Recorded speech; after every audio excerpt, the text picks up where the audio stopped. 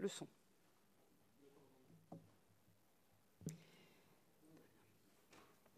Merci. Donc, mes chers collègues, nous recevons ce matin Jean-Michel Blanquer, le ministre de l'Éducation nationale et de la Jeunesse. Merci, monsieur le ministre, d'être avec nous. Juste vous informer que cette audition est diffusée sur le site du Sénat avec des collègues qui se retrouvent en visioconférence. Je vois pour l'instant nous connecter Rachel Mazuir et des collègues qui sont ici en présentiel dans notre hémicycle, notre rapporteur Jacqueline Eustache-Brignot, le président Jean-Marie Bockel et notre collègue Antoine Lefebvre. Monsieur le ministre, il nous a semblé important de vous entendre sur la question de la radicalisation islamiste, en rappelant que notre commission d'enquête porte sur la réponse que les pouvoirs publics apportent à cette question.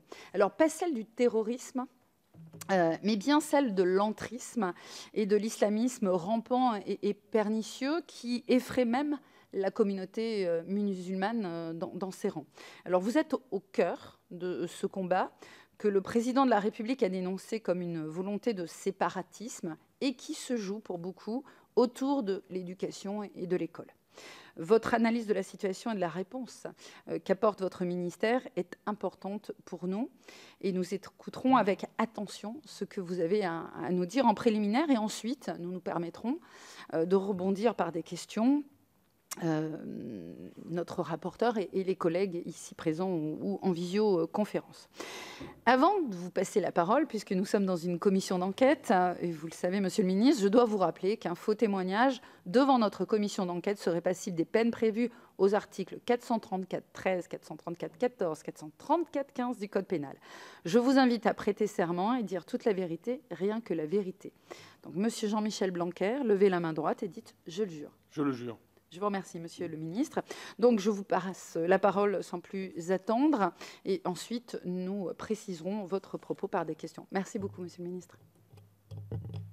Merci beaucoup, madame la présidente, madame le rapporteur, monsieur le président, mesdames, messieurs les sénateurs. Je suis d'abord très heureux de venir devant votre commission, parce que je considère comme ce sujet évidemment comme très important. Et je considère très important aussi d'avoir à en rendre compte devant la représentation nationale. C'est typiquement un sujet qui ne doit pas être sous le boisseau, mais qui doit faire l'objet de débats et d'approfondissements comme ceux qui ont lieu ce matin.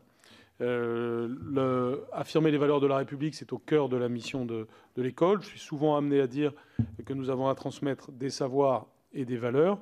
On ne doit d'ailleurs pas cloisonner ces deux enjeux-là. Et la transmission des valeurs, c'est évidemment les valeurs de la République. Lorsque pour l'école primaire, j'indique lire, écrire, compter, respecter autrui, dans ce respecter autrui, j'inclus évidemment cet enjeu-là. Et on doit donc assumer très clairement qu'il y a cette dimension dans la mission de l'éducation nationale. Liberté, égalité, fraternité et laïcité doivent être la boussole de nos actions. Et c'est ce que je m'efforce de faire à la tête du ministère depuis 3 ans. Nous devons donc être totalement clairs sur les principes intangibles des Lumières qui sont à l'origine de l'école de la République. Je le dis très souvent dans des discours, dans aussi des instructions que je peux donner, c'est que l'école de la République est fille des Lumières. À chaque fois qu'elle s'éloigne des Lumières, elle s'éloigne d'elle-même. Et on ne peut pas imaginer une école de la République qui ne soit pas fidèle à la philosophie des Lumières. Alors, si elle ne l'est pas, elle n'est plus elle-même, tout simplement. Et c'est évidemment quelque chose d'essentiel, quelque chose aussi qui unit le pays, parce qu'en réalité, je n'ai jamais rencontré d'opposition réelle à cette affirmation. Je rencontre parfois des oppositions subreptices, mais dès qu'on en arrive aux principes, c'est-à-dire les principes de base, qui sont fondateurs de ce que nous sommes, en réalité, cette clarté est tout simplement source de sérénité. Donc les professeurs, les chefs d'établissement, les académies, les rectorats, tout le personnel de l'éducation nationale est mobilisé pour prévenir, détecter, agir contre la radicalisation, en étant conscient de l'ampleur du phénomène, donc en ne mettant jamais les problèmes sous le tapis, comme on soupçonne parfois l'éducation nationale. Et j'ai vraiment dit dès le début qu'on ne mettait pas les problèmes sous le tapis. Donc je vais y revenir ensuite sur les enjeux d'identification des problèmes. Et cette nécessité de faire pleine lumière sur tous les comportements qui vont à l'encontre des principes de la République et pas seulement d'ailleurs la radicalisation islamiste. Tous ces éléments-là sont donc au cœur de cette politique menée depuis 3 ans. Alors d'abord, une des premières choses que j'ai faites en arrivant en 2017, ça a été la création d'un Conseil des sages de la laïcité, sous la présidence de Madame Dominique Snapper, et avec évidemment des membres issus de différents milieux juridiques, des sciences humaines et de différentes compétences. Ce conseil nous a donné la possibilité d'élaborer un vade-mecum sur la laïcité. Et de façon plus générale, il est très utile pour avoir des consultations, une expertise sur les enjeux de la laïcité, entendue au sens large, c'est-à-dire le respect des principes de laïcité, mais aussi les enjeux de la lutte contre la radicalisation islamiste, en l'occurrence, ou d'ailleurs toute forme de radicalisation religieuse. Pour faire barrage à la radicalisation, nous avons aussi développé un corpus législatif et réglementaire important. J'ai plaisir à souligner que une des premières traductions de cela a été l'adoption d'une proposition de loi qui vient de la Chambre haute, puisqu'elle venait de la sénatrice Françoise Gatel, que j'étais évidemment très, très en accord avec cette proposition de loi, et je l'ai soutenue de manière sans aucune réserve. Cette proposition de loi portait sur les établissements privés hors contrat, qui était un peu un angle mort juridiquement dans notre système auparavant, puisqu'il était pratiquement plus facile d'ouvrir un établissement privé hors contrat que d'ouvrir un restaurant. Et donc, il était nécessaire de renforcer le dispositif de contrôle, aussi bien sur les enjeux d'ouverture que sur les enjeux de fermeture de ces établissements. Donc, sur la base de la loi Gatel, en 2019-2020, donc au cours de l'année scolaire qui est en train de s'achever, 427 contrôles ont été réalisés. Il y en avait 174 en 2013, pour vous donner une idée. Comme je sais que vous avez des questions aussi sur finalement les réalités de terrain et le contrôle effectif, cela signifie un taux de contrôle qui atteint désormais 98%, alors même que l'année dans laquelle nous sommes, chacun le sait, est assez perturbée. Il y a aussi, au travers de la loi Gatel, la possibilité pour moi et pour les recteurs de s'opposer à des ouvertures. J'ai fait à la rentrée 2019 27 oppositions d'ouverture sur 212 déclarations d'ouverture. Pour mémoire, en 2017, c'était 7 oppositions qui existaient, donc contre 27 aujourd'hui, pour 185 déclarations. Donc on a enregistré au cours des années 2010 une expansion des demandes d'ouverture d'écoles hors contrat. Et bien sûr, cela recouvre pour l'essentiel des phénomènes tout à fait acceptables et parfois même un certain dynamisme pédagogique. Donc il ne faut évidemment pas diaboliser l'ouverture d'écoles hors contrat, mais il faut être très vigilant sur leur qualité éducative et puis sur les risques de radicalisation islamiste ou d'ailleurs d'autres phénomènes, comme par exemple les phénomènes sectaires. Et donc le fait qu'on soit passé de 7 à 27 oppositions d'ouverture montre un petit peu l'augmentation de cette vigilance. Ensuite, nous avons décidé d'avoir un deuxième cran de durcissement législatif avec la loi pour une école de la confiance qui a été votée donc en juillet 2019 et qui a permis de renforcer le contrôle de la scolarité à domicile. Cela complète donc utilement la loi Gatel parce que l'objectif est aussi non seulement de s'assurer de ce qui se passe dans le hors-contrat, mais aussi dans l'instruction à domicile, qui au cours des mêmes années 2010 avait connu aussi une certaine envolée. Et donc nous avons facilité les modalités de contrôle, mais aussi les sanctions en cas de non-respect des obligations légales. Ces sanctions sont renforcées. Et puis l'article 10 de la loi pour l'école de la confiance introduit quelque chose qui, alors là, très honnêtement, n'a pas encore été pleinement au bout de ses potentialités, mais qui a un potentiel intéressant. C'est l'interdiction du prosélytisme aux abords des établissements scolaires. C'est d'ailleurs quelque chose qui a été introduit par un amendement parlementaire et qui a, je pense, beaucoup de vertus futures, puisque j'ai toujours tendance à distinguer ce qui se passe dans la classe, dans l'établissement et aux abords de l'établissement, dans 3 cercles d'attention de la vie scolaire. Ce 3e cercle, par définition, échappe davantage à la juridiction de l'éducation nationale, au ressort de l'éducation nationale, mais il doit être l'objet de notre attention avec d'autres autorités. Et donc aujourd'hui, par exemple, au titre de cette loi, il serait interdit de faire de la propagande religieuse ou de toute forme de prosélytisme aux abords d'un établissement scolaire. Je pense que ça peut être le point d'appui d'actions dans les temps qui viennent. Nous avons aussi mis en œuvre une organisation opérationnelle, puisque ce que je viens de vous dire a trait aux grands principes. Il faut savoir ensuite comment ça se passe sur le terrain, même si j'ai commencé à vous dire le nombre de contrôles. Donc, d'abord, il y a un enjeu de référence.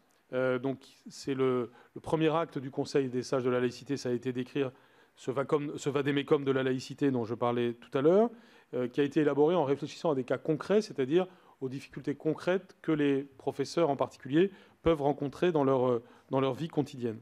Et donc, cette dimension assez concrète du vade-mecum, et sa dimension aussi évolutive, puisqu'on rencontre toujours des choses un peu nouvelles, permet à la fois fermeté et adaptation.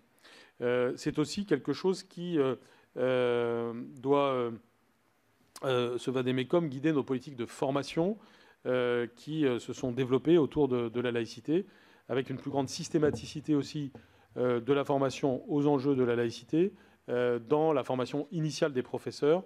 C'est aussi un résultat de la loi pour l'école de la confiance. Nous avons souhaité, je disais tout à l'heure, que les problèmes ne soient pas sous le tapis et donc que les faits soient signalés. Donc faciliter les signalements, c'est déjà se donner les moyens de le faire. Donc les signalements pour les faits les plus graves et les situations sensibles sont remontés tous les jours, 7 jours sur 7, au secrétariat général du ministère, via un numéro d'urgence, une boîte mail et une application utilisée par les chefs d'établissement et par les directeurs d'école. Mon message, depuis le début, a été de dire que tout le monde devait être en situation de signaler. Il y a donc un formulaire en ligne pour les personnels de l'éducation nationale qui permet de saisir les services académiques sans passer par la voie hiérarchique. Et donc, tout un chacun peut signaler un problème de radicalisation islamiste dans sa vie professionnelle quotidienne. Ceci se traduit aussi par de l'action donc sur le terrain. Nous avons mis en place des équipes valeurs de la République. Ça, c'est un des points très concrets aussi. Ça signifie que chaque rectorat de France a, depuis maintenant 2 ans et demi, une équipe qu'on appelle valeurs de la République, qui donc est capable d'intervenir. Cette équipe est pluridisciplinaire. Elle est composée à la fois d'inspecteurs, de professionnels de l'éducation, de personnels de direction, pour venir en appui à un établissement chaque fois qu'un personnel de l'éducation nationale estime qu'on a contrevenu aux principes de notre République. Et donc, plusieurs de ces problèmes se règlent à distance, quand ils sont suffisamment simples. Dès qu'il y a un peu de complexité, ces équipes se déplacent dans l'établissement et jusqu'à ce que le problème rencontre une solution, ce qui peut conduire les équipes parfois à rester assez longtemps. Suite à un signalement, l'équipe académique intervient auprès des équipes pédagogiques, mais elle intervient aussi auprès des familles. Elle peut aussi proposer un plan d'action aux écoles et aux établissements. Ces plans, ça peut être la formation des personnels, ça peut être des élèves délégués qui sont formés sur le sujet, c'est des parents d'élèves. Tout ceci en suivi partenarial avec le ministère de l'Intérieur et ou les autorités de justice. Lorsqu'un personnel de l'éducation nationale est suspecté de radicalisation, puisque c'est aussi une des phases du phénomène, l'examen du dossier est conduit par la DGRH et le service de défense et de sécurité du HFDS. Tout ceci en lien, c'est-à-dire le haut fonctionnaire de défense et de sécurité, en lien avec le ministère de l'Intérieur. Et dans ces cas-là, une procédure disciplinaire peut être enclenchée, ainsi que le signalement au procureur de la République. C'est ainsi que nous avons pu avoir quelques radiations de la fonction publique au titre de cette procédure disciplinaire. Les risques de radicalisation sont donc multiformes et peuvent avoir des ampleurs différentes, peuvent toucher les élèves, ils peuvent toucher les personnels, et nous essayons de nous donner les moyens administratifs et en ressources humaines, mais je dirais aussi les moyens en termes d'état d'esprit.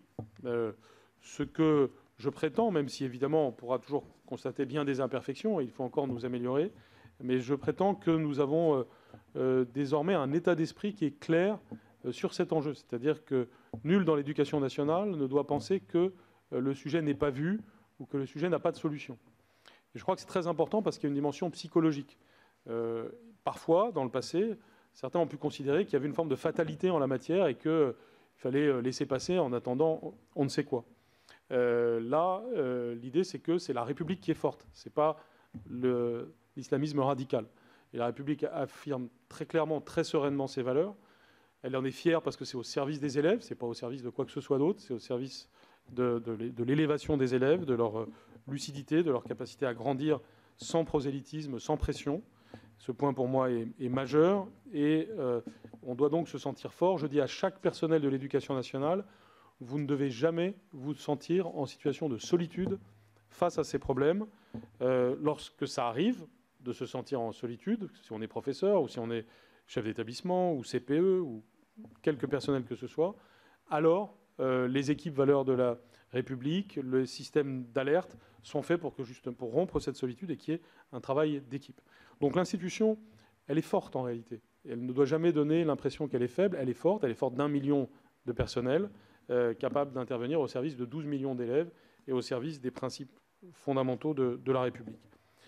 Il y a évidemment aussi des risques de radicalisation que l'on peut identifier comme étant associés à la crise que nous venons de traverser.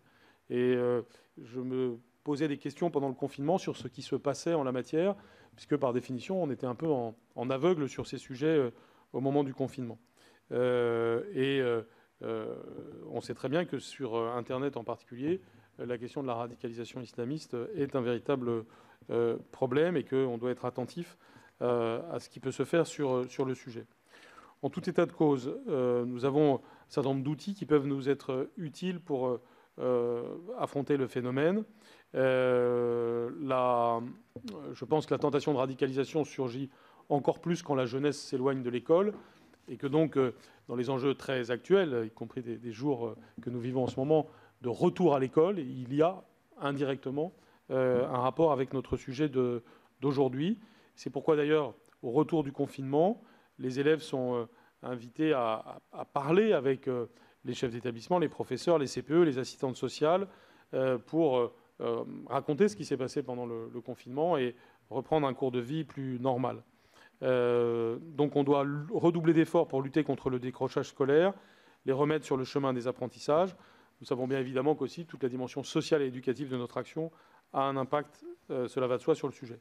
D'où l'importance aussi que nous attachons au dispositif d'appui et aussi à ce qui va se passer pendant les vacances. Le projet Vacances apprenantes répond à cet objectif.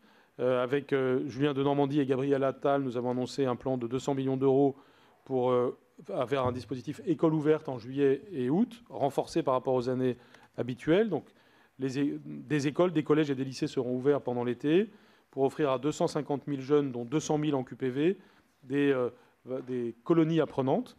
Et en tout, c'est 1 million de jeunes qui vont bénéficier de l'addition des dispositifs, c'est-à-dire colonies apprenantes, école ouverte buissonnière, et puis dispositifs d'accueil. Ces séjours seront éducatifs. Nous renforçons non seulement la place de la culture, du sport, du développement durable et des activités de nature, mais aussi l'éducation civique et des moments d'apprentissage stricto sensu. Donc, nous allons dévoiler tout prochainement un nouveau Vademecum avant le début des vacances d'été, consacré au respect du principe de laïcité dans les accueils collectifs de mineurs. Il est élaboré dans le même esprit que celui qui concerne le temps scolaire et il participe de notre volonté de faire vivre et partager les valeurs de la République à l'occasion de tous les temps éducatifs. Et là aussi, je crois que c'est cohérent avec un discours plus général que nous tenons sur la nécessité de la cohérence entre le temps scolaire et le temps périscolaire. Le temps de l'enfant ne doit pas être vu de façon saucissonnée, mais il doit être vu de façon globale. C'est pour ça d'ailleurs que notre ministère est désormais un ministère de l'Éducation nationale et de la jeunesse, pour qu'avec les associations d'éducation populaire, avec les collectivités locales, avec tous les acteurs concernés, nous soyons capables d'avoir une vision, en lien avec les familles, cela va de soi, du temps de l'enfant, pour lui proposer des activités qui ne le fassent pas dévier d'une certaine façon, d'où l'importance aussi des offres que la société, les pouvoirs publics, sont capables de proposer aux enfants. Par exemple, le plan Mercredi. Donc le plan Mercredi participe de cette logique. De façon plus générale, les activités périscolaires. Donc ce que je voudrais signaler d'ailleurs dans ce contexte, c'est qu'au titre des réponses à la crise que nous venons de vivre et aux nécessités de rattrapage scolaire qui vont exister pour un certain nombre d'enfants, la rentrée 2020 développera il y aura plus de devoirs faits, plus de enfin plus de dispositifs de devoirs faits, j'espère du coup plus de devoirs faits, mais aussi plus tout simplement de possibilités d'activités sportives et culturelles en dehors du temps scolaire. Et nous devons en quelque sorte habiter ce sujet pour le faire avec, souvent avec des associations, mais disons des associations de qualité, et éviter que les élèves soient parfois victimes d'un prosélytisme d'associations qui ont un autre but que l'épanouissement de chaque élève, et qui ont plutôt des buts séparatistes, pour reprendre cette expression.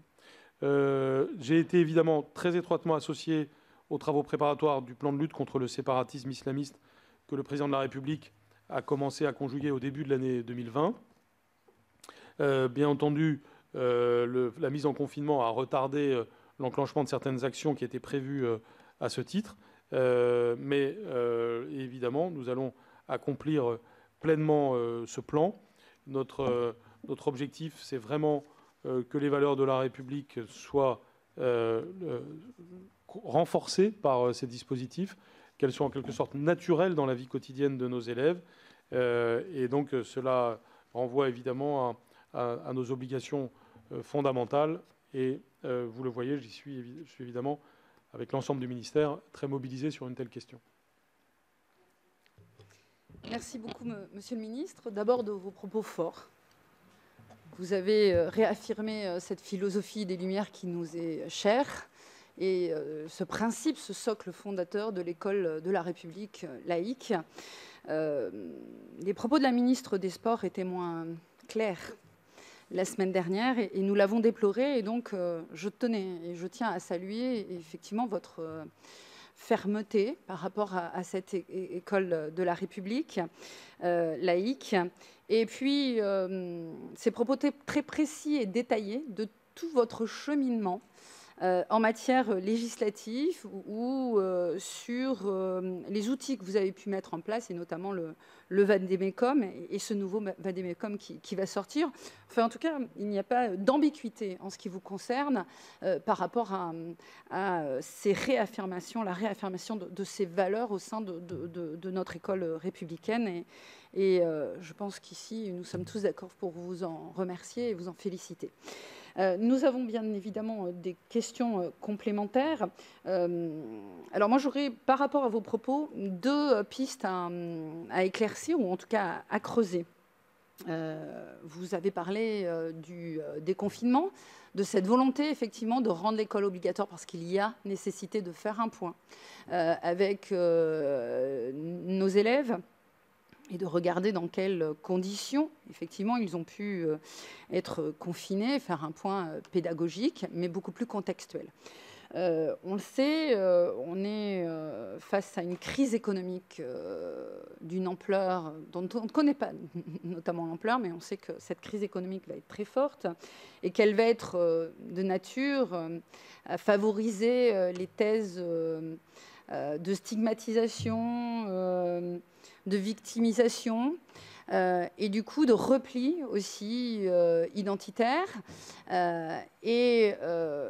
Alors que l'enseignement à domicile a connu un bond entre 2011 et 2017, on avait des chiffres qui étaient 18 000 en 2011, 27 000 en 2017, et on sait que c'est un phénomène en accélération. Cet enseignement à domicile risque effectivement de connaître encore une accélération après le confinement. Vous allez avoir des enfants qui ne vont pas revenir à l'école. Comment allez-vous pouvoir les détecter ? Vous le savez, j'avais porté, et nous avions eu une discussion lors de l'école de la confiance sur le numéro INE. Vous m'aviez assuré, vous aviez refusé l'amendement, vous m'aviez assuré effectivement que vous alliez travailler sur ce sujet, parce que je pense que tout enfant doit avoir un numéro INE dès le début de sa scolarisation, donc maintenant dès 3 ans. Vous nous aviez affirmé le mettre en place pour septembre 2019. Où en êtes-vous par rapport à ce numéro INE ? C'est le seul moyen de savoir où sont les enfants et de pouvoir effectivement opérer des contrôles. Vous nous avez parlé tout à l'heure des contrôles sur les établissements hors contrat. Où en sommes-nous des contrôles d'enseignement à domicile ? Il y a une obligation pour les maires. Je pense que ce ne sont pas les maires qui doivent opérer ces contrôles. Je pense qu'effectivement, l'éducation nationale doit pouvoir opérer ces contrôles. Nous sommes là sur une période où ces jeunes sont fragilisés par ce confinement, ces familles sont fragilisées, et où ces contrôles sont d'autant plus indispensables de la part de l'éducation nationale. Et puis, ensuite, vous nous parliez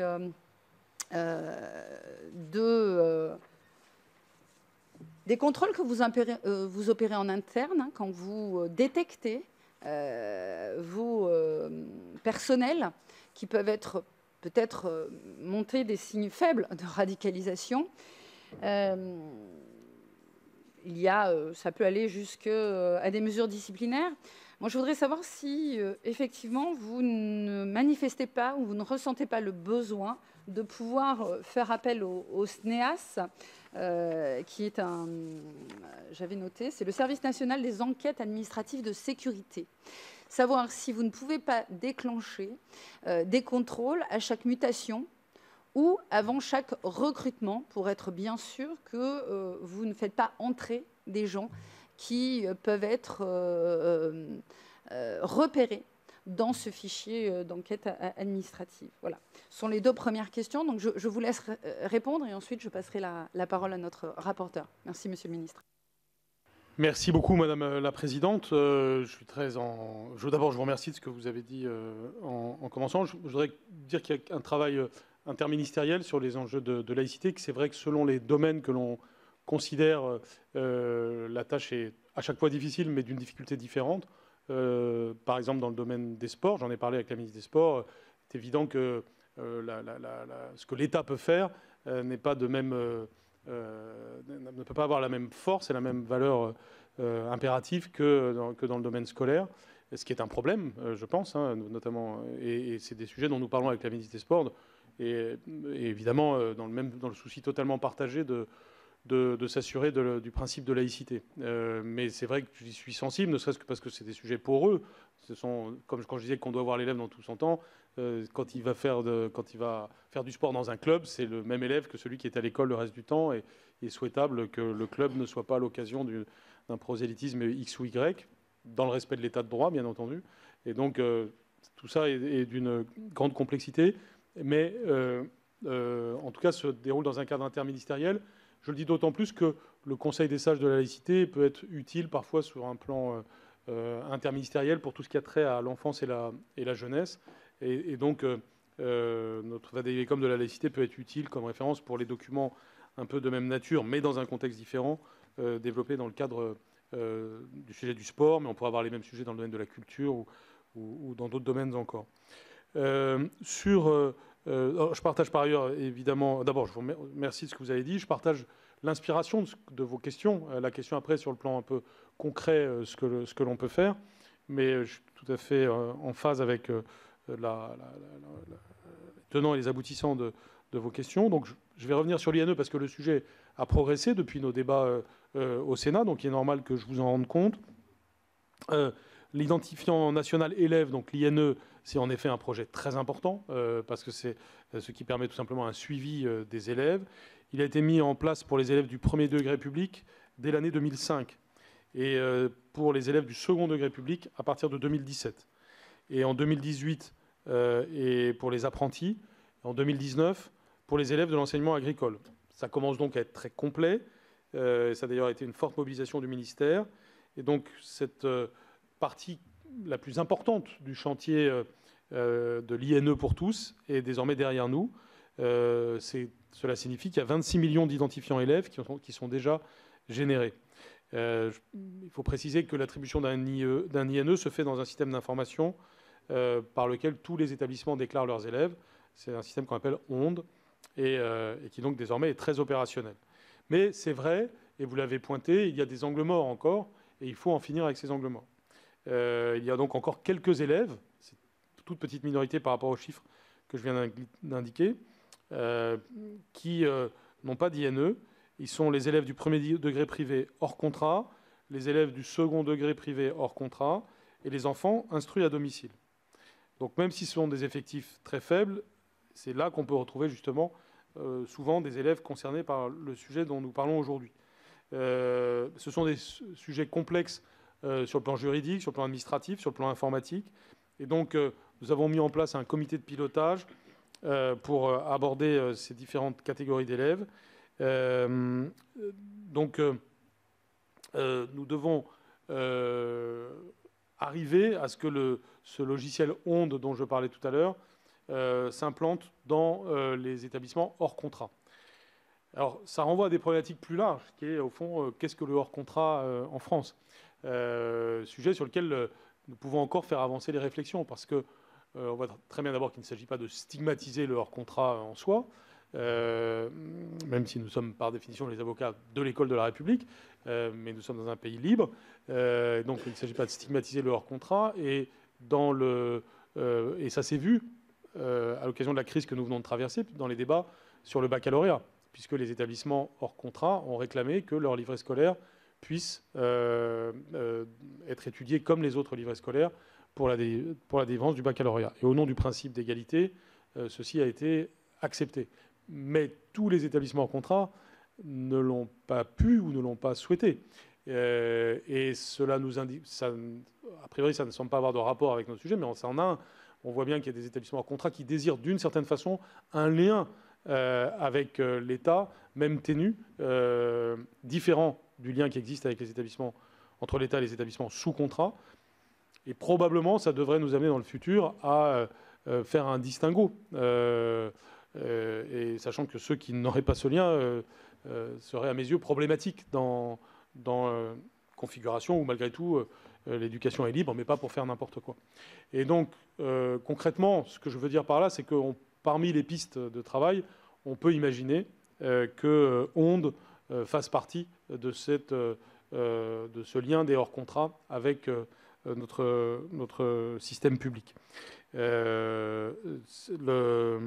Donc, à la fois parce que ça présenterait un avantage pour ces établissements et parce que ce serait parce qu'il y a un avantage d'avoir des élèves qui ont leur INE et en même temps parce qu'ils le verraient, ils verraient que cela fait partie d'un ensemble de liens avec l'État qui sont souhaitables, comme dans les circonstances actuelles s'agissant du baccalauréat. Donc on a mené déjà des expérimentations. Il y a une soixantaine d'établissements qui sont déjà rentrés, donc hors contrat, qui sont rentrés dans cette expérimentation.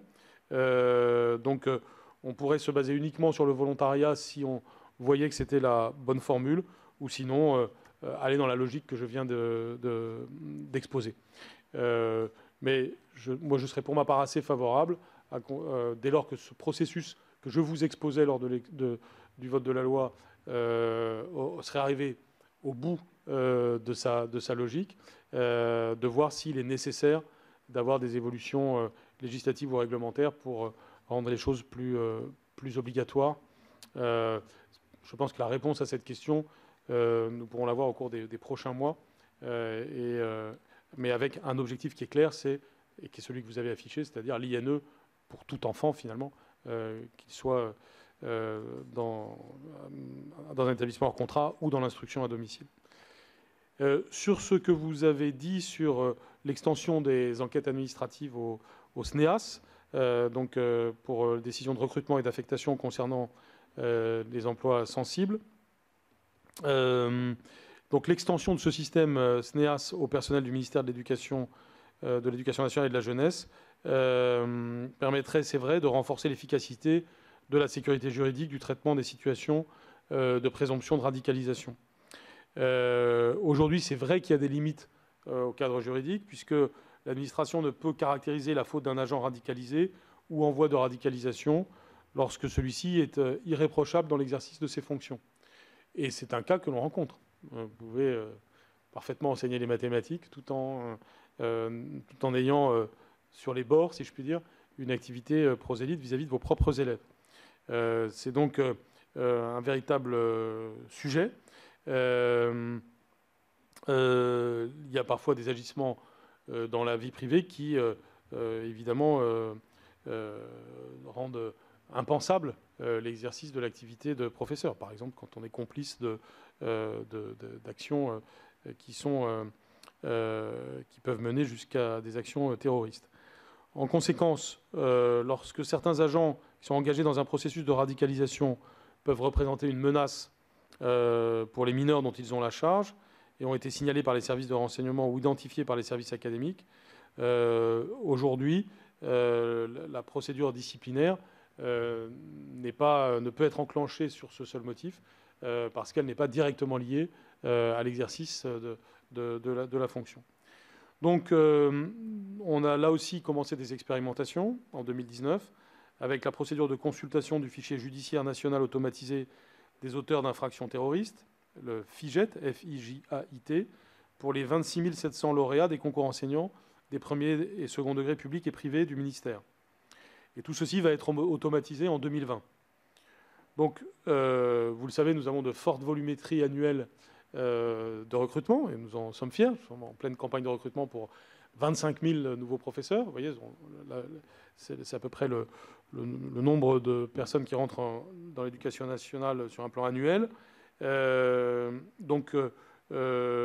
Cette volumétrie fait que l'extension éventuelle du champ de compétences du SNEAS pourrait être priorisée sur les personnels présumés radicalisés du ministère, et une enquête administrative permettrait ensuite de vérifier si le personnel suspecté de radicalisation est réellement une menace sur la sécurité des mineurs et ou a des activités qui sont incompatibles avec l'exercice de sa fonction. Donc la création de ces enquêtes du SNEAS systématiserait et formaliserait les relations existantes entre le ministère de l'Intérieur et le ministère de l'Éducation nationale et de la jeunesse. Et j'en profite pour dire que ce sont des relations excellentes. Et ce ne sont pas des propos formels que je dis là, parce que je ne crois pas qu'on puisse dire ça pour toutes les époques précédentes. Et on a souvent pensé que le ministère de l'Éducation nationale était, disons, peu volontariste par rapport à ces enjeux. Et je suis fier de pouvoir dire qu'à l'échelle nationale comme à l'échelle locale, c'est une coopération réussie qui a lieu et dont l'enjeu fondamental est quand même la sécurité de nos élèves. En cas de faute de l'agent, c'est-à-dire atteinte à la réputation du service public ou à l'image de l'administration ou à la dignité des fonctions, nous pourrions alors engager systématiquement une procédure disciplinaire. Donc pour dire les choses autrement, nous pouvons avoir une vision un peu plus large que ça n'est le cas aujourd'hui de ce qui est incompatible avec l'exercice de la fonction, tout en respectant évidemment la liberté de conscience de chacun, cela va de soi. S'agissant donc de l'application de cette idée aux établissements d'enseignement privé hors contrat, la loi Gatel permet à différentes autorités, le maire, le procureur, le préfet, le recteur, de s'opposer à l'ouverture d'un établissement pour un motif tiré de l'ordre public. Et la loi pour l'école de la confiance permet à des autorités administratives, c'est-à-dire le préfet et le recteur, de mettre en demeure un établissement de faire cesser l'atteinte à l'ordre public révélée par son fonctionnement. Donc ce motif d'ordre public, nous l'avons invoqué dans des cas spécifiques ces derniers temps. Donc si l'établissement persiste, le directeur commet un délit que le juge peut sanctionner, notamment par la fermeture de l'établissement. Pour l'application de la loi Gatel, nous avons édité une circulaire qui date du mois d'août 2018, qui précise qu'une telle atteinte à l'ordre public peut résulter de faits commis par une personne qui appartient à la communauté pédagogique. Et ces faits peuvent être connus par la consultation de fichiers. Et donc la circulaire de 2018 demande aux recteurs et aux préfets de vérifier la présence des dirigeants et des enseignants, notamment sur ce fichier que je citais, le FIJA-ISV, fichier judiciaire national automatisé des auteurs d'infractions sexuelles ou violentes, mais aussi sur le fichier judiciaire national automatisé des auteurs d'infractions terroristes, le FIJAIT, et sur le fichier des personnes recherchées. Cette circulaire précise qu'il apparaît indispensable de s'assurer de l'absence au sein de quelque établissement d'enseignement que ce soit, donc aussi bien public que privé sous contrat que privé hors contrat, de toute personne qui, par exemple, serait fichée en catégorie S. Merci, Monsieur le Ministre. Je ne suis pas de nature à être rassurée sur le contrôle à domicile. Vous n'avez pas parlé des chiffres de contrôle à domicile.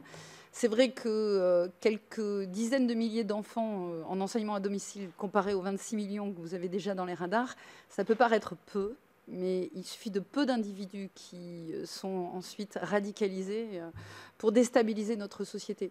Et je pense que, bien évidemment, beaucoup d'enfants à domicile sont dans un enseignement tel qu'il ressort de la philosophie des Lumières, mais nous savons d'ores et déjà que certains, malheureusement, ne le sont pas. Quels sont vos moyens pour les contrôler? Alors, je ne vous demande pas une réponse forcément tout de suite, je vais laisser peut-être la rapporteure, mais vous répondrez certainement à l'occasion de... Ou alors, allez-y, vous pouvez peut-être répondre effectivement plus parce que c'est une que je vous question réponde, hein, parce que très préoccupante. De nouveau, je vais évidemment être d'accord avec l'inspiration de votre question, si je peux. Mais en tout cas, c'est vraiment le cas. Le problème, il existe bel et bien. Et donc, et puis, on a évidemment un sujet de respect de l'ensemble des principes constitutionnels qui, d'une certaine façon, sont en équilibre sur un tel sujet. Donc, c'est des débats qui ont eu lieu notamment au moment du vote de la loi pour l'école de la confiance, dont je rappelle qu'elle a considérablement renforcé nos possibilités de contrôle. Et j'ai beaucoup plaidé pour cela. Et il y avait des arguments, qui sont d'ailleurs tout à fait respectables, contre ce que je disais à ce moment-là. Et je suis heureux que nous ayons pu les dépasser, parce que je pense que c'est une vision un peu irénique de penser qu'au nom d'un principe par ailleurs très valable, qui est celui de la liberté des familles en matière d'éducation, on ne peut pas déboucher sur n'importe quoi, que ce soit d'ailleurs autour des sujets de radicalisation islamiste ou autour d'autres sujets, comme par exemple la non-éducation, le rien du tout, qui est évidemment aussi un des grands dangers qui peuvent exister, ou tout autre type de phénomène non souhaitable. Donc, je rappelle les chiffres, vous en avez dit certains. En 2018-2019, 35 965 enfants étaient instruits en famille. Et donc, c'est une augmentation de 5 826 par rapport à ce qui existait en 2016-2017. Donc, on reste sur une courbe ascensionnelle, même si elle est moins ascensionnelle que dans les années précédentes. Alors, vous l'avez dit, rapporté au nombre d'enfants soumis à l'obligation scolaire, ça semble très peu, puisque c'est 0,43%, mais ça reste un chiffre, ça correspond à un nombre d'enfants important. Et donc, là-dessus, il faut faire vraiment une grande distinction au sein de ces 35 000, qui est entre ceux qui sont inscrits au CNED, dans des classes à inscription réglementée, qui sont à peu près la moitié, 47,1%, donc 16 957 enfants. On considère généralement qu'il y a peu de problèmes avec cette partie-là. Et puis, l'autre moitié, 52,9%, sont inscrits en dehors d'une inscription réglementée au CNED, se trouvent dans cette situation, et donc ils sont 19 008.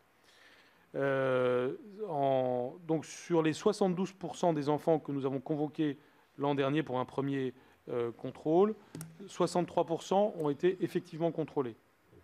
Et ensuite, nous avons fait donc un deuxième contrôle lorsque le résultat était insuffisant. Et là, nous sommes passés à 51% de deuxième contrôle. C'était 37% en 2016-2017. Donc c'est un contrôle sensiblement renforcé. Et au cours des débats parlementaires autour de la loi Gatel, mais aussi autour de la loi pour l'école de la confiance, je m'étais engagé à augmenter nos moyens humains pour réaliser ces contrôles. C'est ce que nous avons fait. Et donc, chaque académie s'est organisée pour cela. L'objectif étant d'arriver évidemment à 100% de contrôle, et le tout dans un lien avec les mairies en particulier, parce qu'il y a toujours une dimension de connaissance fine de ce qui se passe localement auquel il faut veiller. Nous avons fait un vade-mecum relatif au contrôle pédagogique des enfants instruits dans la famille. Donc très souvent, sur ces sujets d'instruction à domicile, les personnes concernées, qu'on parle des maires ou qu'on parle des personnels de l'éducation nationale, se sentaient dans le passé un petit peu démunis, un petit peu malhabiles, si je puis dire, dans ce type de circonstances. Ce n'est pas un travail forcément évident. Et donc, ce vade-mecum sera opérationnel pour la rentrée prochaine. Et il permettra aux conseillers pédagogiques d'avoir les outils nécessaires pour réaliser les contrôles pédagogiques des élèves, puisqu'encore une fois, le contrôle, il est pédagogique et éducatif, et langue pédagogique est évidemment fondamentale, notamment pour s'assurer que les grandes étapes de connaissance et de compétences des élèves sont acquises. C'est, je le redis, un saut très important par rapport à ce qu'on connaissait auparavant. On a admis le principe d'une sorte, j'appellerais ça, d'un devoir de progrès de l'élève, et lorsque ce progrès est insuffisant, eh bien, ça peut aller jusqu'à nous amener à faire une injonction d'instruction à l'école. Je rappelle que c'est l'outil que nous avons utilisé dans un cas comme celui de Grenoble, où une école qui était justement, qu'on pouvait caractériser comme inspirée par la radicalisation islamiste, essayait de perdurer en dépit d'une décision de justice défavorable pour elle en première instance. Et nous avons donc fait, puisqu'elle perdurait en profitant des délais d'appel, la manière dont nous avons pu résoudre ce problème a été de faire une injonction aux parents de scolariser les enfants dans les écoles publiques du secteur.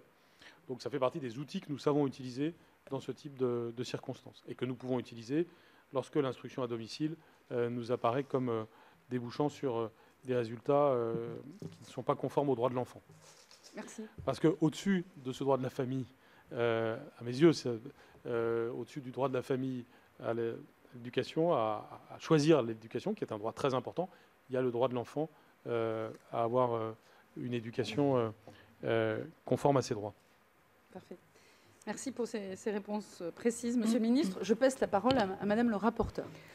Merci, Madame la Présidente. Monsieur le ministre, d'abord, tout comme la Présidente, je voudrais m'associer aux propos qu'elle a tenus au début de sa prise de parole. C'est vrai que je ne doute pas de votre volonté de préserver l'école. Vraiment, vos propos nous rassurent. Préserver l'école de la République, c'est probablement un objectif prioritaire pour les enfants de ce pays. Le sport est un autre pilier. C'est vrai que j'ai pas, moi aussi, pas du tout été rassurée par les propos de la ministre des Sports, mais c'est pas le sujet d'aujourd'hui.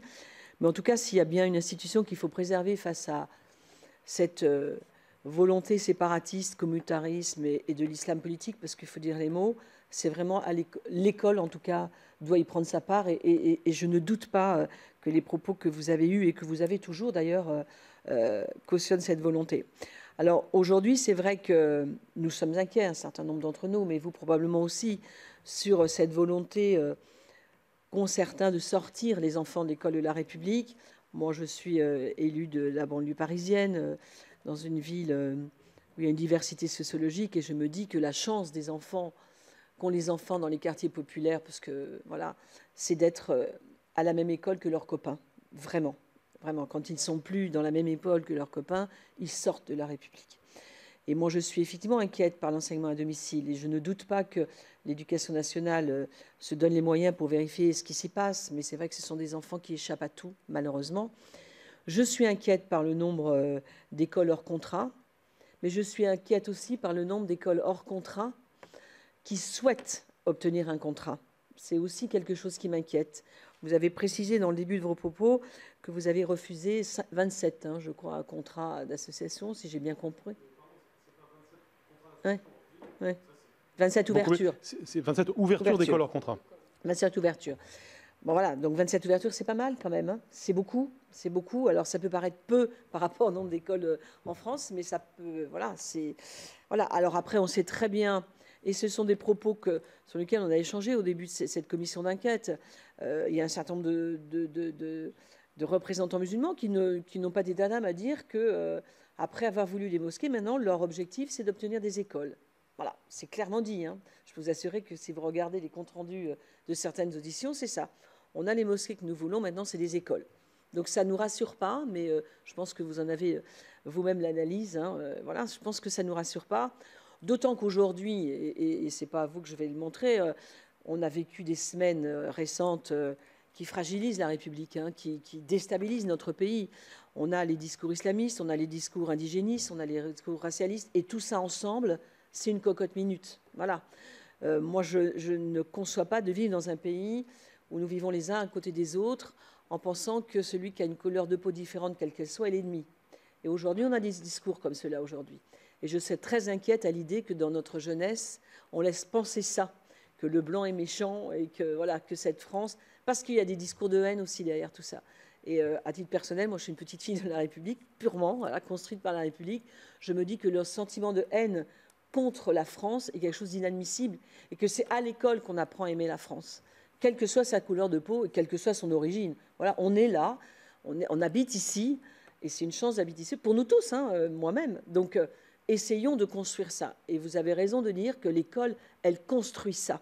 Et aujourd'hui, plus que jamais, l'école, elle doit prendre sa place dans ce domaine-là. Vraiment, et peut-être qu'avec les événements qu'on a vécus ces dernières semaines, c'est encore peut-être quelque chose qu'on doit poser encore plus, il me semble. Alors moi, je voulais poser 2 ou 3 questions. D'abord, vous avez rappelé, et c'est important de le dire, que vous allez mettre en place les vacances apprenantes. et qu'une manière générale, dans l'année scolaire, il y a des acteurs qui travaillent à vos côtés ou avec vous, ou en tout cas avec des institutions, pour faire du soutien scolaire ou du suivi scolaire. Nous sommes un certain nombre à nous poser des questions, et vous-même vous l'avez rappelé, sur un certain nombre d'associations qui peuvent nous inquiéter. Voilà, il ne faut pas se leurrer, aujourd'hui, on a des associations qui interrogent sur leur casquette de soutien scolaire. Nous ne sommes pas certains qu'il n'y ait que du soutien scolaire.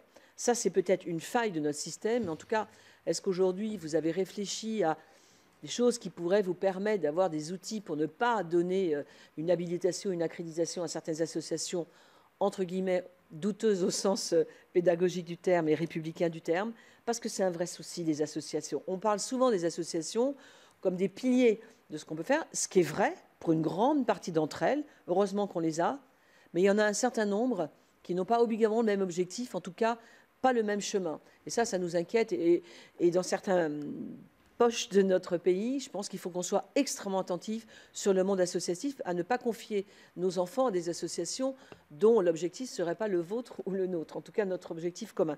Donc ça, c'est, est-ce que vous avez des outils? Est-ce que vous avez peut-être des choses à écrire ou réécrire à ce sujet? En tout cas, c'est un vrai sujet. Alors après, il y a un sujet, moi, qui me tient à cœur, et vous le savez, c'est le port du voile à l'école, et vous le savez bien, Monsieur le Ministre, que j'ai effectivement porte au Sénat une loi qui a été adoptée par le Sénat, qui est pour l'instant en suspens. Madame Lévesque nous avait bien, on a échangé sur ces sujets, en particulier sur les mamans qui participent à des activités scolaires. Il nous a été dit, vous me l'avez dit, Madame, que les mamans qui viennent assister des enseignantes pendant le temps scolaire sur des activités scolaires devaient faire preuve de neutralité. Je pense que tout ça est abordé. On l'avait abordé avec la rectrice, d'ailleurs, quand nous avions auditionné. Donc ça veut dire qu'aujourd'hui, dans le cas des activités scolaires, c'est-à-dire quand des mamans viennent, alors je dis des mamans parce que c'est rarement des papas, mais ça pourrait être des papas, donc ne soyons pas limitatifs dans nos propos, il n'y avait pas de signe religieux. Ça veut dire qu'en gros, elles ne portaient pas de voile. Donc pourquoi ne pas aller jusqu'au bout, puisque le temps scolaire, c'est aussi les sorties scolaires, pour ne pas aller jusqu'au bout et dire que dans le temps scolaire, de sortie scolaire et d'accompagnement, ces mêmes mamans d'ailleurs, qui parfois font les activités le matin avec la maîtresse et qui peuvent faire la sortie l'après-midi, pourquoi il y aurait une différenciation de l'approche de ce port du voile, parce que, disons la réalité, pendant ce temps scolaire qui est complet. Bon, ben, c'est une question. Alors, je sais bien que ça, c'est pas un sujet facile, mais pour moi, le temps scolaire, il est 8h30, 11h30, 13h30, 16h30. Bon, cette neutralité, elle serait un signe fort de se dire, la neutralité à l'éducation, enfin, dans le temps scolaire est là aussi. Moi, je pense qu'il faudra aller jusqu'au bout de cette loi, jusqu'au bout de ce que vous avez écrit pour sécuriser le temps éducatif et le temps dans l'école. Eh bien, le temps de la sortie scolaire, c'est du temps de l'école, mais hors les murs. Donc, je pense qu'il faudrait que c'était important de le préciser. Je pense que ce serait un acte d'unité et de volonté politique. Et le président, quand il parle de séparatisme, eh bien, il y a des petites pierres qu'il faut écrire pour pouvoir y arriver. Donc voilà, après, sur les écoles hors contrat, je voulais vous parler de ça. Après, vraiment, je pense qu'il faut que nous ayons un discours... notre discours, il doit être entendu partout et pour tous. C'est sûr qu'il va heurter à un moment. Et que ce que vous avez pu écrire, et je vous en remercie d'avoir fait d'ailleurs à titre personnel, sur le vade-mecum de la laïcité, c'était une nécessité. Il a pu heurter, mais en tout cas, il a été écrit.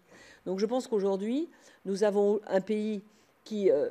nous nous devons pour notre pays de dire des choses claires, reconnues par tous. Si ça doit heurter un peu, ça passera.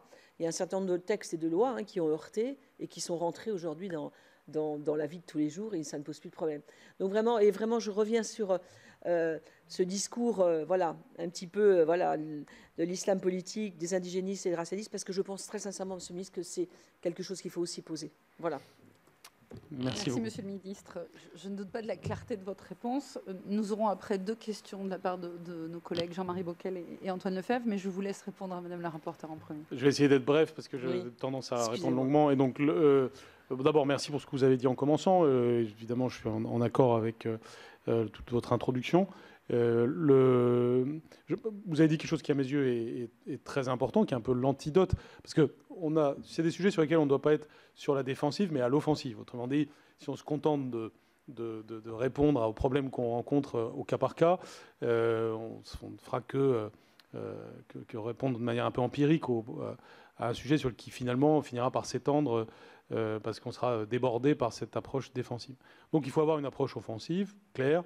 C'est celle que j'ai souhaité indiquer au début de mon introduction, c'est-à-dire affirmer de manière forte et sans complexe les valeurs de la République. Et puis vous avez utilisé un terme que je reprends volontiers, c'est-à-dire l'amour de la France. C'est pas.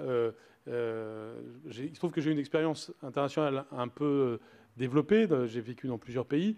Je n'ai jamais vu aucun pays où c'était un problème de dire. Vous voyez, j'ai vécu par exemple en Colombie. Vous dites, c'est le mejor país del mundo, et tout le monde est très content et fier, et sans que ce ne soit ni un nationalisme ni un chauvinisme, mais tout simplement une fierté. Et c'est quelque chose que nous devons aux enfants, parce que finalement, ne pas faire aimer un pays à un enfant, c'est d'une certaine façon le faire apatride, et sur le plan mental, si ce n'est sur le plan juridique. Et donc, c'est quelque chose de très négatif dont on paye ensuite très cher le prix. Et j'ai sur ce sujet une vision qui est que dans toutes les sociétés humaines, depuis toujours, il y a un moment initiatique au moment de l'adolescence qui est réglé de différentes façons selon les sociétés, notamment les sociétés religieuses d'ailleurs. Nous sommes une société laïque, sécularisée. Et c'est bien, nous en sommes fiers.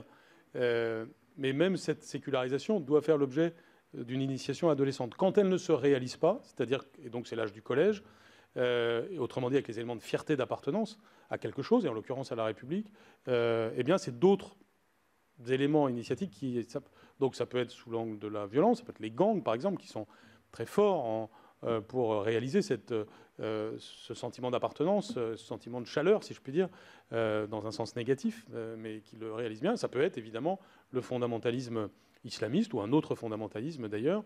Et donc la République doit, au moment de l'âge du collège, donner ce sentiment d'accueil de l'enfant dans une communauté qui est en l'occurrence une communauté universelle, si je puis dire, en tout cas universalisante. Et plus un enfant a des racines qui sont hors de France, plus nous lui devons cela. Et donc, c'est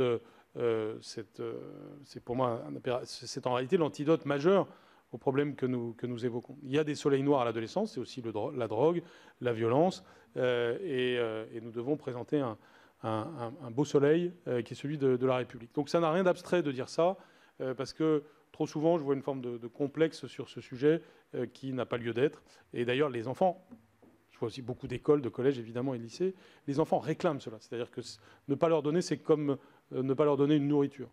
Et c'est pourquoi c'est si important d'apprendre l'hymne national, les symboles nationaux, et que j'ai là aussi porté ça dans la loi.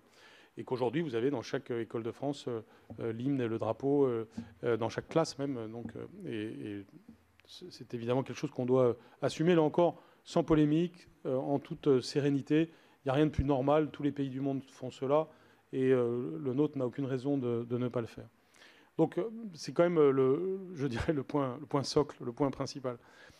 Ensuite, sur ce que vous avez dit, je ne voudrais pas revenir cycliquement sur des sujets dont on connaît assez bien les tenants et les aboutissants, et parfois les positionnements auxquels ça donne lieu. On est, s'agissant des accompagnants, dans un sujet mixte, un peu chauve-souris, c'est-à-dire si on regarde le critère de l'espace, on ne devrait pas imposer quoi que ce soit. Si on regarde le critère du temps, en l'occurrence le temps scolaire, alors là, il faudrait imposer quelque chose. Et donc c'est un peu un débat infini, dont je ne considère pas d'ailleurs qu'il est le principal sujet en matière de laïcité dans notre système. Et j'ai peur que ce sujet un peu récurrent finisse par nous distraire de sujets plus essentiels dans la vie scolaire. En tout cas, ce qui est important, c'est que la neutralité du service public soit respectée. Ce qui est important, c'est de souligner que la loi de 2004 est encore et toujours un succès regardé par nos voisins, ou même par des pays assez lointains. Et j'ai en tête les débats qu'il y avait avant 2004. J'étais recteur à ce moment-là.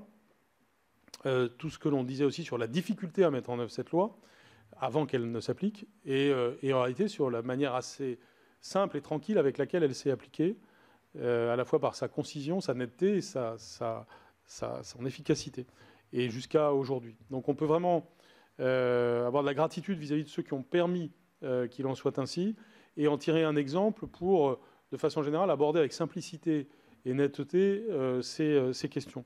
Donc c'est l'occasion pour moi de dire qu'elle est toujours respectée et bien respectée. Il peut y avoir parfois des exceptions, mais elles sont regardées et traitées dans notre pays, et que de façon générale, la question de la neutralité du service public est beaucoup mieux respectée en France que dans d'autres pays, et que là où en 2004, même quand ce débat a pris une tournure internationale, puisqu'on est souvent facilement jugé par des commissions internationales X ou Y sur ces questions, et où il y avait la tentative, qui existe toujours dans le débat national et international, de ringardiser la notion de laïcité et de la voir comme une sorte de notion désuète à la française, en réalité, c'est une notion ultra-moderne que certains pays regardent comme étant capable d'apporter une solution face au risque de communautarisme qui caractérise pas seulement la société française, mais bien des sociétés dans le monde, et notamment des sociétés européennes. Donc la laïcité a un bel avenir dans ces solutions concrètes. Ce n'est pas une incantation, c'est aussi des solutions juridiques concrètes. Et il y a une forme de rayonnement de la laïcité auquel nous devons travailler à l'échelle européenne et internationale. Je voudrais juste une dernière toute petite question. Je vais faire très très court parce que je ne voudrais pas prendre la parole trop pour mes collègues. Je voulais juste revenir sur... le président de la République a annoncé que les ELCO c'était terminé. Donc si j'ai bien compris, à la rentrée, il n'y a plus d'ELCO. Voilà.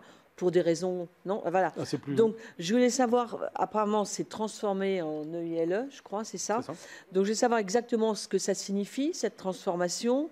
Est-ce que cette mesure va être appliquée à la rentrée 2020? Quelles sont les difficultés pour mettre en place? Enfin, je recommande ce que c'est exactement ces EILE, et est-ce qu'on sait déjà combien d'élèves vont être concernés? Est-ce que c'est sur le temps scolaire? Voilà, j'aimerais bien juste avoir quelques explications sur cette transformation d'ELCO, s'il vous plaît, Monsieur le ministre. Voilà. Madame la rapporteure, vous avez dit que ce serait une question courte, mais ça appelle une réponse un peu longue. C'est un sujet considérable. Donc le président de la République a été très clair sur, en effet, la fin des ELCO et leur transformation en ce qu'on appelle les EILE, ce qui signifie enseignements internationaux de langues étrangères. L'objectif, donc ça concerne 85 000 enfants aujourd'hui. Comme chacun le sait ici, le dispositif ELCO est assez ancien et date d'une époque où on avait une vision un peu différente d'aujourd'hui des enjeux de l'immigration et notamment on pensait que les enfants concernés allaient ensuite rentrer dans leur pays et ainsi avoir pu rester à un niveau linguistique de leur langue d'origine. Aujourd'hui, l'objectif il est très différent. Et par exemple, il peut aussi viser à ce que certaines langues étrangères puissent être apprises par des enfants qui ne sont pas forcément de cette origine. Le dispositif ELCO, dans cet esprit-là, avait laissé un contrôle beaucoup trop grand aux pays d'origine pour leur contrôle d'une certaine façon. Donc, pays par pays, comme il y a une dimension aussi diplomatique dans cette question, mon ministère, en lien avec le ministère des Affaires étrangères, a travaillé sur ces questions pour la transformation en EILE. Donc c'est pays par pays que l'ELCO se transforme en EILE. Évidemment, c'est différent selon les pays dont on parle. Par exemple, l'Espagne, la Serbie, la Croatie ont souhaité que les ELCO disparaissent. Et nous avons fait la transformation en EILE avec le Portugal et avec la Tunisie. Nous sommes en train de travailler avec les Italiens aussi sur ces sujets. Et puis, d'ici à la fin du mois de juillet, les 3 pays importants encore concernés sont l'Algérie, le Maroc et la Turquie. C'est évidemment 3 cas très différents, avec le Maroc, un pays avec lequel ça se passe bien et avec lequel nous allons certainement arriver à la conclusion d'un accord. Et je rappelle que cet accord nous permet d'avoir donc le contrôle sur les personnes qui enseignent, un contrôle sur les programmes, et donc une conformité aux valeurs de la République et une conformité et une cohérence aussi avec ce qui se passe à l'échelle scolaire. Je rappelle que tout ceci se passe hors temps scolaire, bien entendu. Oui. Et donc, les EILE font passer aussi de 3 heures à 1h30 ce temps d'apprentissage. Le pays avec lequel nous avons eu le plus de difficultés, c'est la Turquie. Et au moment où je vous parle, nous avons encore des interrogations, d'autant plus que nos relations diplomatiques avec la Turquie ne sont pas excellente dans la période actuelle, et c'est un euphémisme. Donc je reste extrêmement vigilant sur cette question. Je me suis déjà exprimé publiquement. Les Turcs ont donné des signaux à certains égards positifs, à d'autres égards négatifs. Et nous verrons bien ce que nous ferons. Donc, soit capacité de transformer les ELCO turcs en EILE turcs, soit suppression pure et simple des ELCO turcs. Merci, Monsieur le Ministre. Je donne la parole à Jean-Marie Bockel. Oui, merci beaucoup, Madame la Présidente. Et Monsieur le Ministre, d'abord, merci à vous. La Présidente et la rapporteure l'ont fort bien dit tout à l'heure, mais je voudrais le dire à mon tour, pour la clarté de vos propos, pour votre engagement. Franchement, ça nous fait du bien parce que certaines auditions n'étaient pas caractérisées par cette clarté dont on a besoin émanant de l'exécutif. C'est-à-dire, on sait que la vie est compliquée, on sait que sur le terrain, il faut s'adapter à une multiplicité de situations et que la relation interpersonnelle permet parfois une forme de pédagogie, d'écoute, permettant à un certain nombre de personnes, de familles, de repartir dans la bonne direction. Mais nous sommes, avec nos expériences d'élus locaux, de parlementaires, mais aussi d'élus locaux, de chefs d'exécutif, dans l'idée qu'il faut que le message d'en haut soit un message clair, qui permet ensuite à tous les dispositifs, les actions, et même une forme de souplesse, de compréhension, de se structurer sans tomber dans l'ambiguïté, sans tomber dans la confusion qui est dans le monde dans lequel nous vivons, et notamment en France, qui est la pire des choses. Donc c'est bien. Alors, moi, j'avais préparé quelques questions, d'ailleurs, auxquelles j'associe Nathalie Goulet, qui elle-même a fait un travail important sur ces sujets par le passé, dans différentes commissions d'enquête, etc. Mais vous avez commencé à y répondre très précisément. Vous avez répondu, par exemple, sur le nombre d'inspections, sur leur montée en puissance. J'aurais pu vous poser une question, elle peut être intéressante dans la durée, pour voir les évolutions, les moyens mis en œuvre, sur les budgets mis en œuvre, si tant est qu'ils soient clairement fléchés dans votre ministère, sur ces équipes d'inspection qui font ce travail, à la fois ce travail en direction des établissements non conventionnés, mais également ce travail sur les problématiques de sortie du système scolaire. Et là, je voudrais, pour finir, mettre un peu le focus. J'ai eu l'occasion, dans un cadre différent de celui d'aujourd'hui, dans le cadre de la délégation aux collectivités territoriales que je préside au Sénat, il y a quelques années, Antoine Lefèvre, qui est dans la délégation, s'en souvient, de faire avec un collègue, Luc Carvounas, aujourd'hui député, un travail sur la place des collectivités territoriales dans la prévention de la radicalisation, déjà. Et nous avons, dans ce cadre, auditionné, bien sûr, mais également été dans un certain nombre de communes, de territoires, où, c'était il y a déjà maintenant 3 ans, nous ont été signalés par des maires des dérives inquiétantes de déscolarisation. Vous avez répondu clairement, là aussi, je n'y reviens pas, mais vous avez d'ailleurs fait allusion au dialogue avec les élus locaux. C'est sur ce point que je voudrais peut-être vous réentendre de manière encore plus précise, parce que les élus locaux, ils savent des choses qu'ils peuvent dire, si tant est qu'ils aient des interlocuteurs qui soient vraiment décidés à les écouter, mais parfois, ils sont aussi en demande d'apprendre des choses qui peuvent les aider dans leurs propres décisions, et notamment dans tout ce qui est en lien avec l'école, la jeunesse, etc., dans le cadre, bien sûr, des missions de chacun. Il ne s'agit pas d'être dans la confusion. Et là, je pense que, vous voyez, ce partenariat, on a en France des réussites. On a une réussite qui est à réinventer en permanence sur les partenariats en matière de sécurité entre l'État et les territoires, les contrats de sécurité, tout ça. Moi, je l'ai vécu pendant 20 ans comme maire. Quand on y croit vraiment, ça marche et ça crée un climat de confiance. Sur ces sujets-là, le climat de confiance permet, et permettrait peut-être encore davantage, de travailler ensemble sans forcément qu'il ne soit besoin de préciser dans les textes l'obligation de transmission de tel ou tel type de document. Bon, parfois c'est utile, mais le climat de confiance, ça n'a pas de prix. Et je pense que ça peut nous aider sur un sujet sur lequel, malgré tous vos efforts réels et que nous reconnaissons, on n'est pas au bout du tunnel. Merci. Merci, monsieur le sénateur. Alors, sur les moyens, c'est vrai qu'il n'y a pas une ligne budgétaire lutte contre la radicalisation ou même une ligne budgétaire laïcité. Mais on peut estimer, et là ce que je dis va être imprécis, je le dis d'avance, on pourrait faire une sorte de comptabilité analytique du sujet, mais c'est en première évaluation, je peux vous dire que c'est entre 150 et 200 ETP qui sont consacrés à un tel sujet, puisque vous avez des équipes académiques dans chaque rectorat. Les personnes qui font partie de ces équipes Valeurs de la République ne sont pas forcément à plein temps sur ce sujet, mais certains le sont, et donc il faudrait chiffrer le temps partiel de certains. Et puis, vous avez des inspecteurs de l'éducation nationale, parfois avec aidés d'autres personnels, comme des conseillers pédagogiques, dont certains sont dédiés à l'enjeu du contrôle de l'instruction à domicile. Mais tout est entremêlé, parce que, par exemple, quand vous faites le contrôle de l'instruction à domicile, vous n'êtes pas à 100% sur le sujet de la radicalisation islamiste, vous êtes sur plusieurs sujets à la fois.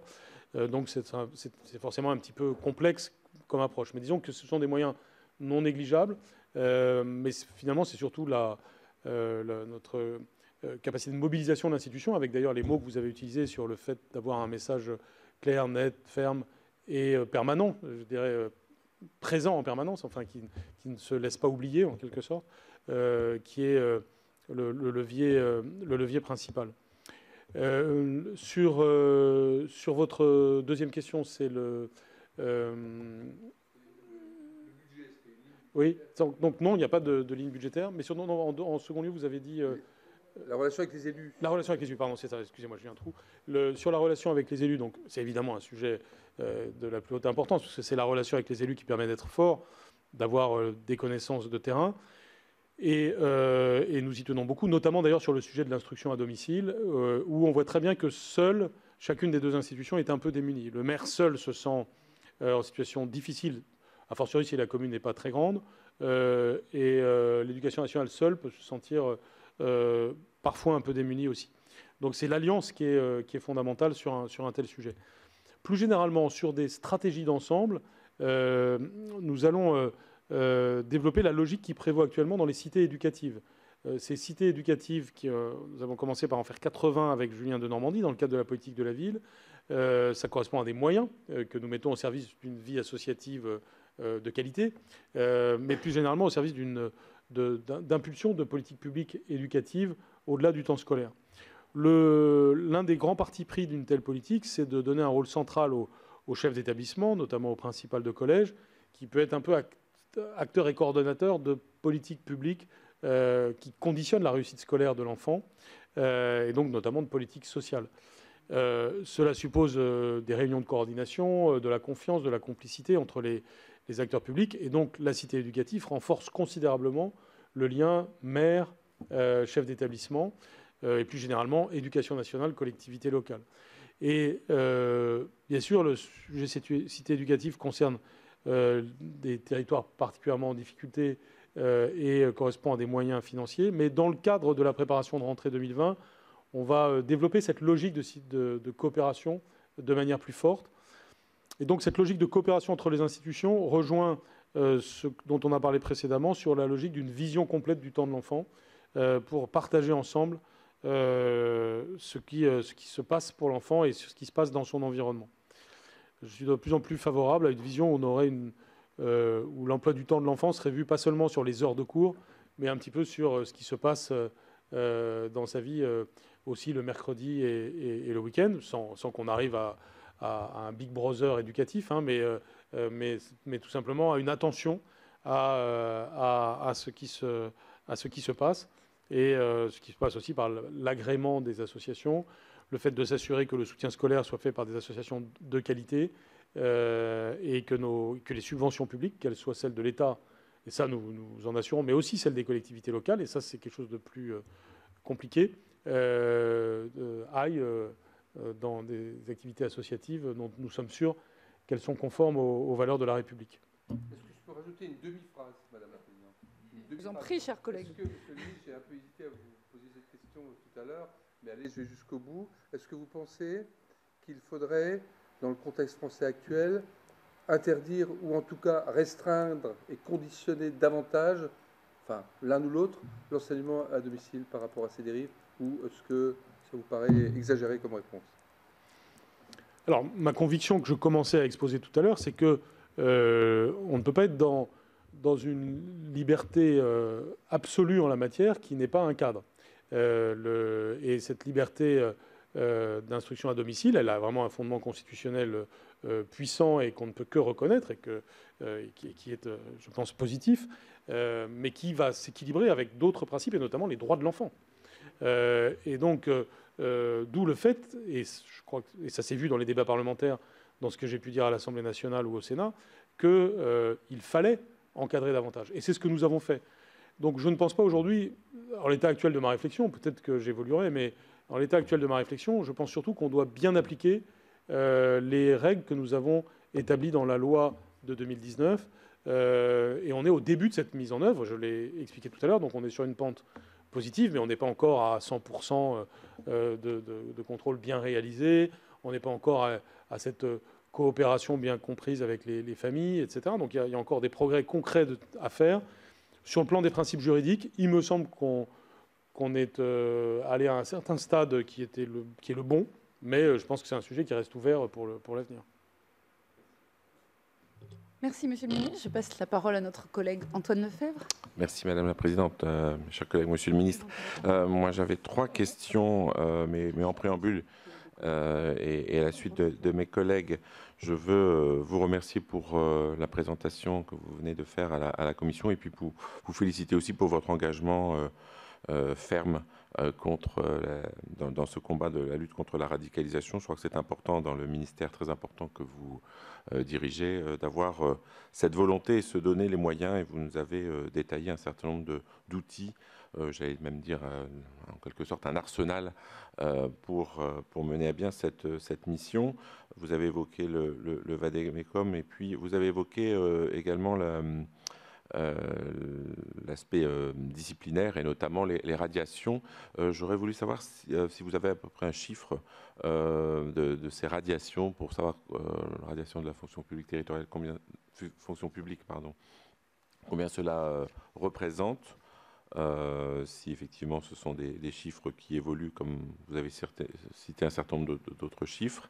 Je voulais évoquer aussi les aspects de formation. Vous en avez parlé également, mais savoir si à la fois pour la formation initiale pour les nouveaux enseignants, comment cette sensibilisation au principe de laïcité est-elle faite, et puis surtout sur les aspects de formation continue. On sait que dans votre ministère, c'est quelque chose d'important, mais comment des enseignants qui n'ont peut-être pas, au cours de leur carrière, été confrontés à ce type de phénomène peuvent avoir des outils justement à utiliser.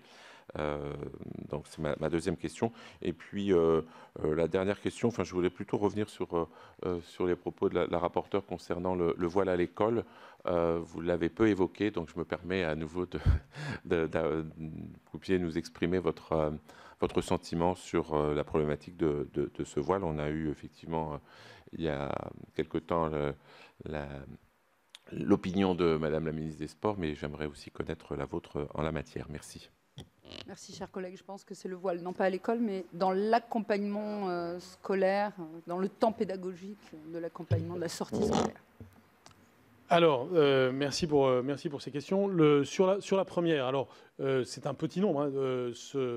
La radiation alors ça peut être l'objet d'une réflexion plus générale à l'échelle de la fonction publique, mais là aussi on a des principes de l'état de droit que bien évidemment on respecte.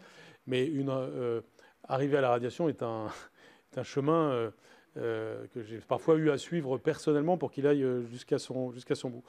Il y a aussi, ce qui est plus fréquent, c'est que nous réussissions c'est surtout que nous mettions fin à un contrat. Donc, lors de la dernière année, à ma connaissance, on est autour d'une dizaine. Si on additionne les fins de contrat pour ce motif et les radiations. Et donc ça reste faible, je le reconnais. Je ne dis pas non plus que le phénomène est très vaste. Et puis surtout, il faut aussi avoir l'honnêteté de dire que c'est un phénomène qui a, dégradation, et que on parle ici des radicalisations fortes. Mais ça, en tout cas, c'est un indicateur. Sur la formation initiale, donc il y a c'est une suite de la loi pour l'école de la confiance et de ce qu'elle a dit sur la formation des professeurs, puisque, vous le savez, nous avons indiqué en quelque sorte des incontournables de la formation initiale. Et parmi les incontournables, il y a les principes, les valeurs de la République et la laïcité. En ce moment même, d'ailleurs, là aussi, comme autre suite de cette loi, je reçois les nouveaux directeurs d'INSPE et nous évoquons ces questions, puisque les nouvelles maquettes font place à la fois aux savoirs fondamentaux. Pour les futurs professeurs des écoles, par exemple, 55% du temps de formation est consacré aux savoirs fondamentaux, ce qui n'est pas un sujet à mes yeux étanche avec le sujet des valeurs de la République. Et puis toute la question donc, des valeurs de la République. Ensuite, comment ceci est-il enseigné? C'est un sujet extrêmement important, parce que là aussi, on peut avoir beaucoup d'hétérogénéité et des choses qui peuvent se discuter. D'autant plus que je suis attentif à un phénomène qui a été évoqué tout à l'heure, qui est la perméabilité parfois du monde universitaire vis-à-vis de théories qui sont aux antipodes des valeurs de la République et de la laïcité. Et donc, il ne faut pas être aveugle sur ce sujet. Les théories indigénistes, les théories qui essayent de saper les principes républicains sont malheureusement vigoureuses, je dirais même dans des sphères intellectuelles, dans des proportions plus fortes que dans des sphères non intellectuelles. C'est un sujet auquel on doit être très sensible et pas aveugle, parce que sinon, c'est des sujets qu'on laisse croître.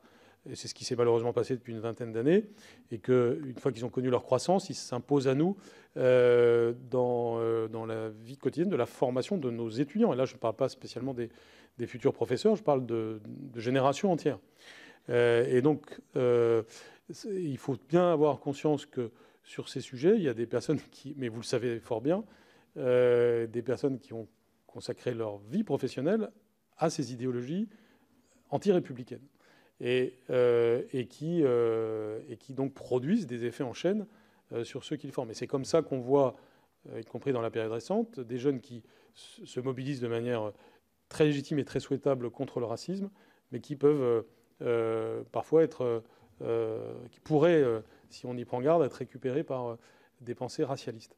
Et donc, on est donc dans un débat d'actualité. Et donc, quand on parle de formation des professeurs, on parle d'étudiants actuels.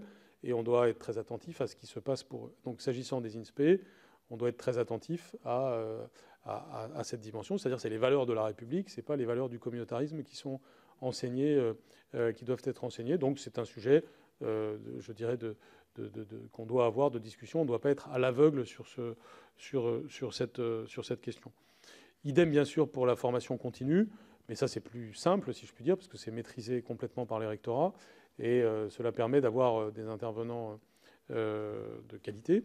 Le vacdémécum de la laïcité, le travail du Conseil supérieur, du Conseil des sages de la laïcité, est fait aussi pour développer des référentiels. Donc maintenant, il y a véritablement des ressources pédagogiques extrêmement denses et de qualité sur ces sujets, des relations avec le monde associatif qui permettent d'avoir des associations qui interviennent de manière utile dans ce domaine-là, et puis une capacité aussi à avoir un développement des ressources humaines en la matière, c'est-à-dire des inspecteurs ou des professeurs qui ont une formation solide sur ces enjeux et qui donc eux aussi peuvent avoir des effets en chaîne dans notre formation initiale et dans notre formation continue. Est-ce que vous avez d'autres questions? Nous avons épuisé le ministre et le sujet.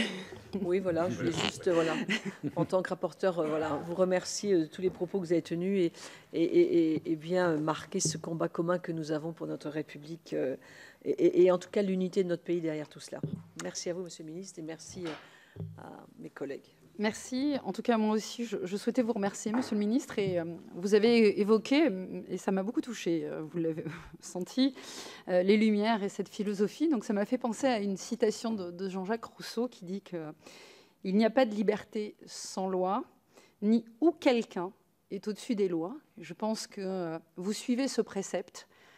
Il n'y a personne au-dessus des lois dans l'éducation, qu'elle soit à l'école, dans l'école sous contrat, dans l'école hors contrat ou en enseignement à domicile. Et je peux vous assurer que vous trouverez dans ce combat qui est le vôtre, le Sénat à vos côtés. Merci beaucoup.